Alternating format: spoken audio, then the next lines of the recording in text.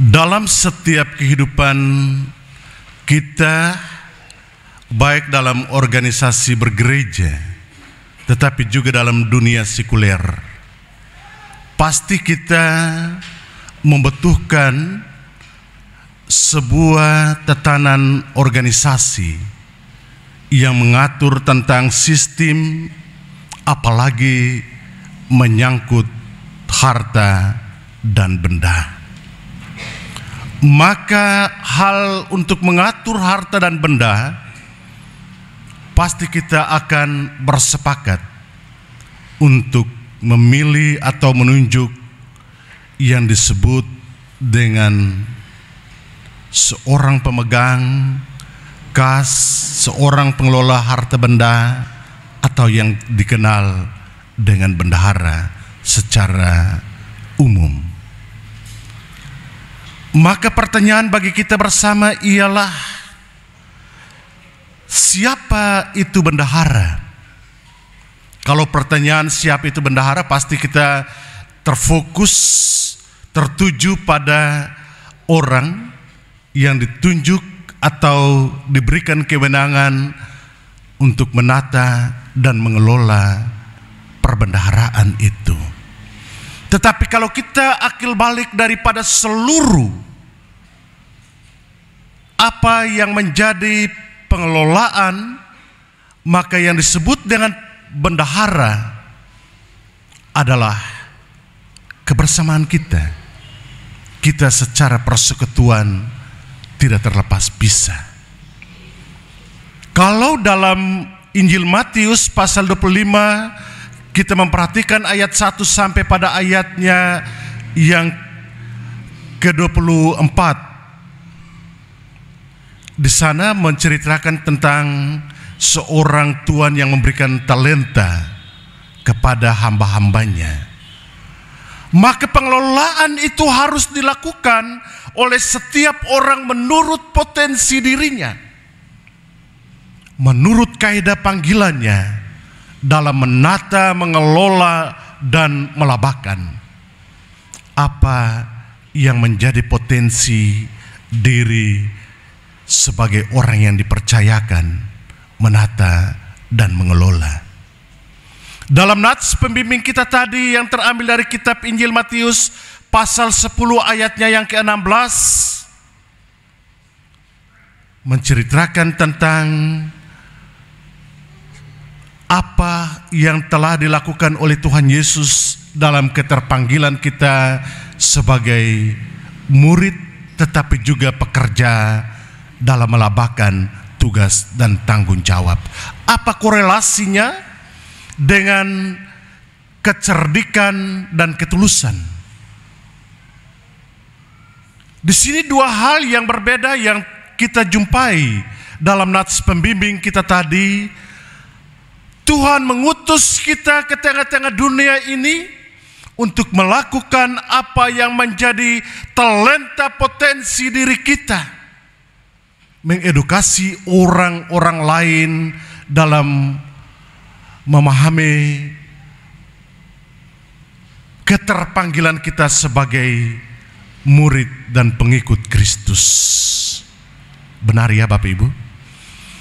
Karena setiap orang percaya diberikan kewenangan, diberikan tanggung jawab untuk menata dan mengelola apa yang menjadi potensi dirinya menjadi berkat bagi orang lain.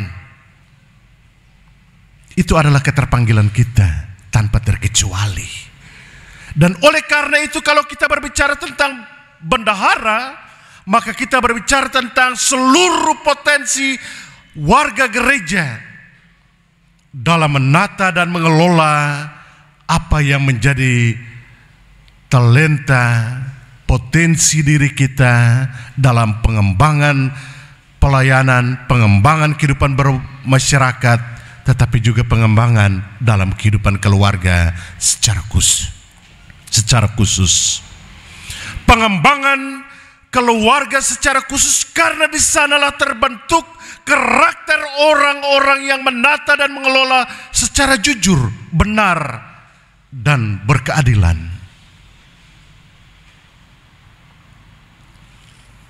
siapa di antara kita yang punya hasil kerjanya atau upah gaji dia pegang sendiri? Ibu Delsi, pasti suami serahkan seluruhnya.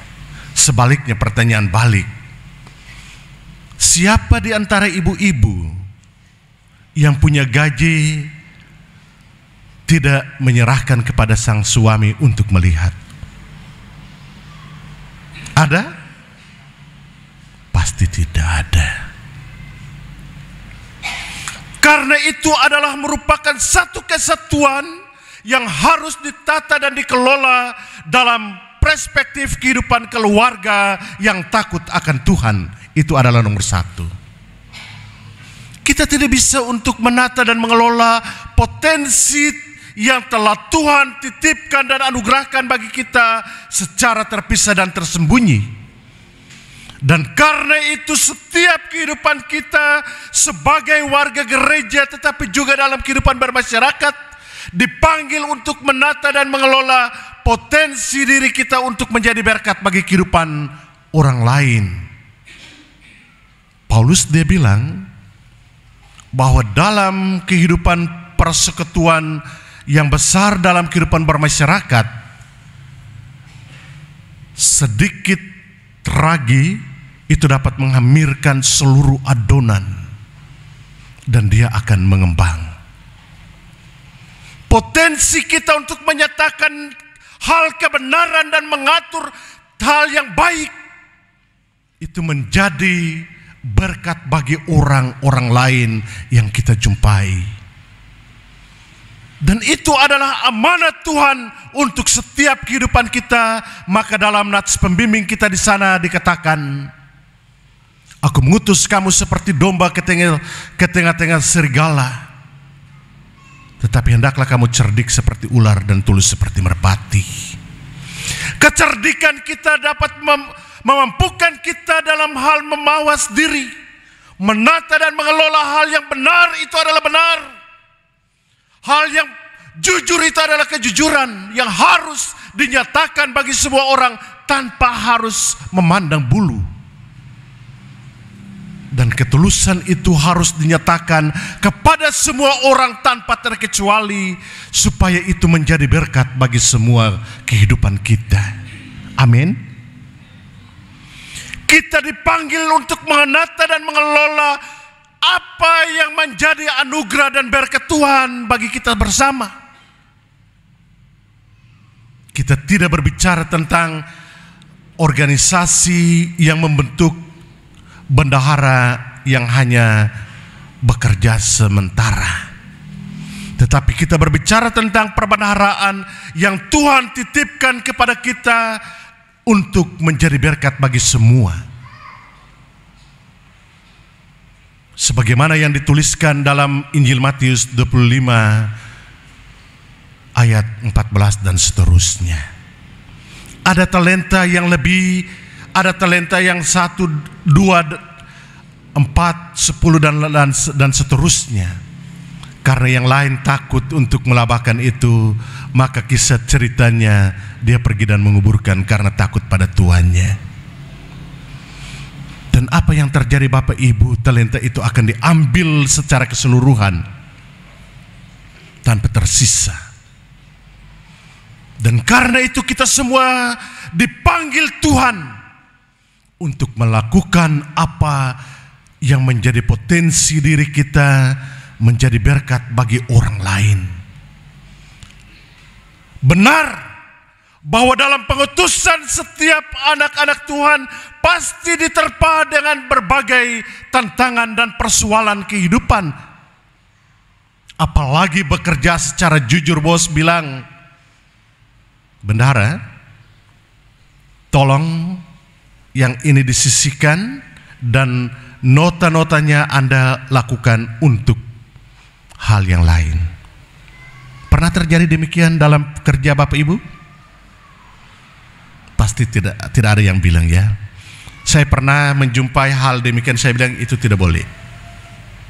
Sangat tidak boleh. Tapi bukan dalam gereja ya Bapak Ibu. Itu dalam pengelolaan, pengelolaan HUT ulang tahun RI. Kebetulan saat itu saya juga terpilih sebagai panitia. Dan langsung saya minta mengundurkan diri kalau kerja tidak beres. Jam itu juga.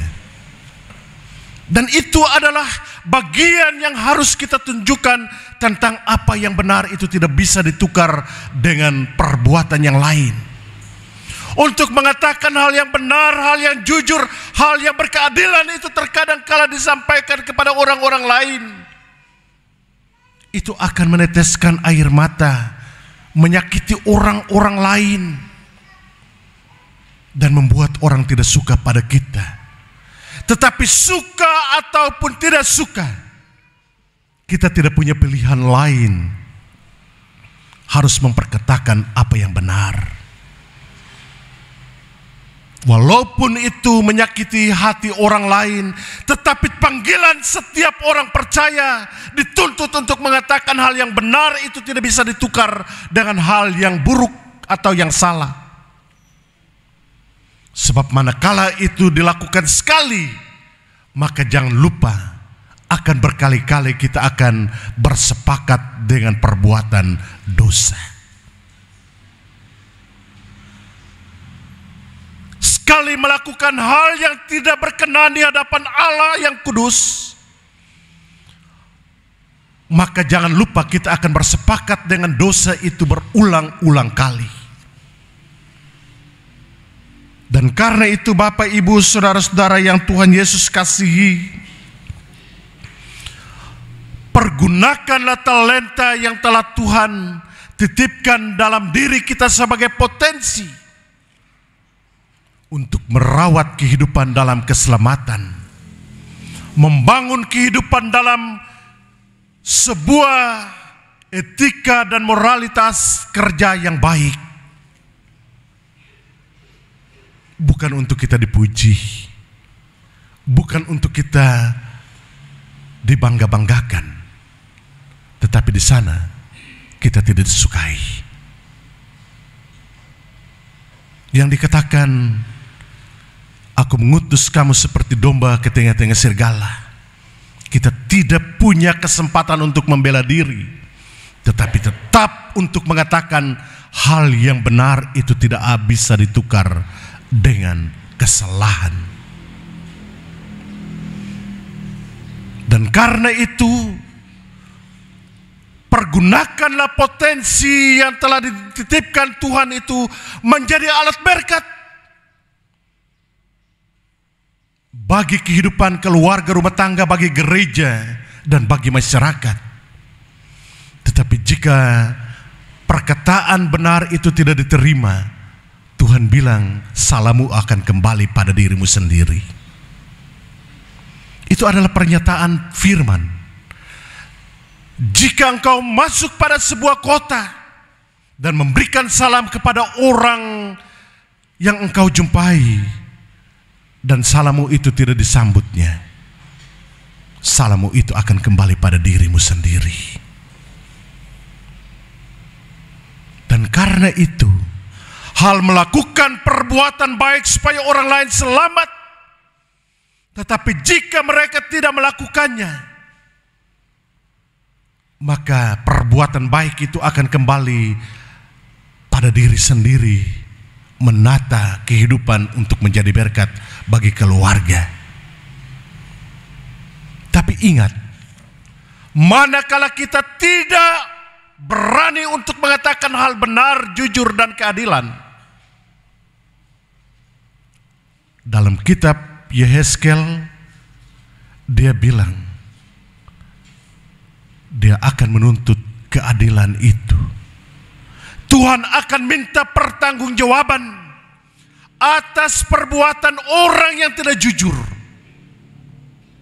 Dan karena itu dalam bagian pembacaan firman kita di pagi hari ini, Injil Lukas pasal 16 ayat 1 sampai pada ayatnya yang ke-9,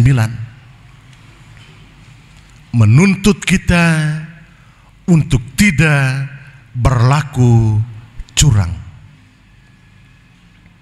menuntut kita untuk berlaku secara benar, adil, dan beretika. Sebab dengan demikian Allah dimuliakan dalam setiap keterpanggilan kita, dan dimanapun kita ada, kita akan mendapatkan penghargaan dan penghormatan. Penghormatan itu jangan menuntut dari orang yang akan memberi, tetapi Tuhan akan memberikan penghormatan itu memerintahkan bagi orang lain untuk akan memberikan penghormatan bagi kita. Satu orang saja itu melebihi 1000 orang yang memberikan penghormatan, karena dia bekerja secara baik dan jujur. Jangan takut untuk memperkatakan hal benar, sebab kita semua dipanggil oleh Tuhan untuk bekerja secara adil dan benar. Saya mengutip kata Profesor Dr. J.E. Sehatapi dalam sebuah percakapan nasional. Dia katakan begini, Bapak Ibu, dalam kerja kita, meskipun kebohongan itu lari secepat kilat, suatu waktu nanti kebenaran itu akan mengalahkannya. Dan karena itu jangan takut untuk berkata benar. Hari ini perkataanmu tidak diindahkan dan tidak didengar oleh orang-orang lain. Tetapi ingat, satu waktu orang akan bilang, jika itu sudah berlalu bertahun-tahun, yang kemarin Yakobus bilang itu sungguh paling benar. Dan kita semua bersepakat pada hal yang salah.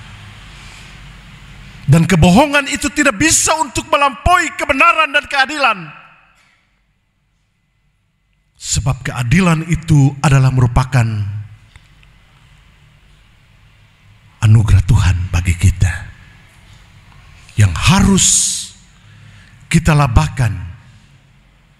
Jangan tanam talenta dalam kekudusan Allah.